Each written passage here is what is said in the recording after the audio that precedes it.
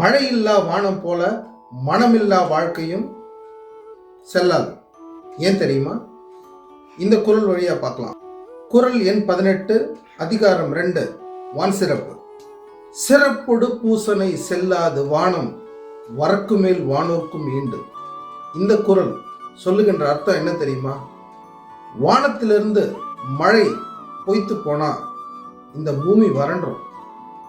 அப்போ வானத்தில் இருக்கிற கடவுளர்களுக்கு தினம் செய்கின்ற பூசையில என்ன அர்த்தம் இருக்கு?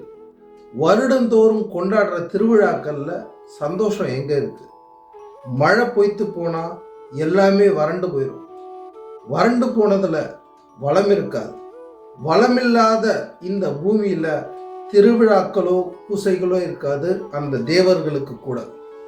அது போலத்தான் பொது வாழ்க்கை, மனித வாழ்க்கையில மனம் என்பது வானம் போல.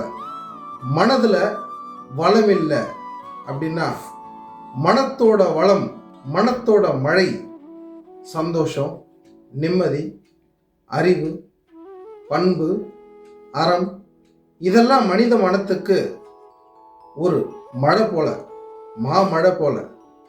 அந்த மழை மனித மனத்துள் இல்லைன்னா மனிதனும் வறண்டு போவான், மனிதனும் வளமின்றி போவான்.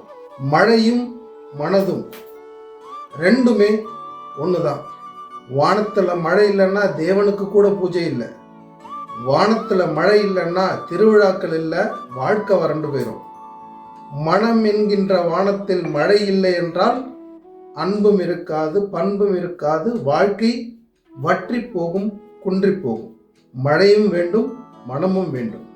மீண்டும் அடுத்த குறளோடு உங்களை சந்திக்கும் வரை விடைபெறுவது உங்களில் ஒருவன் நான். நன்றி, வணக்கம்.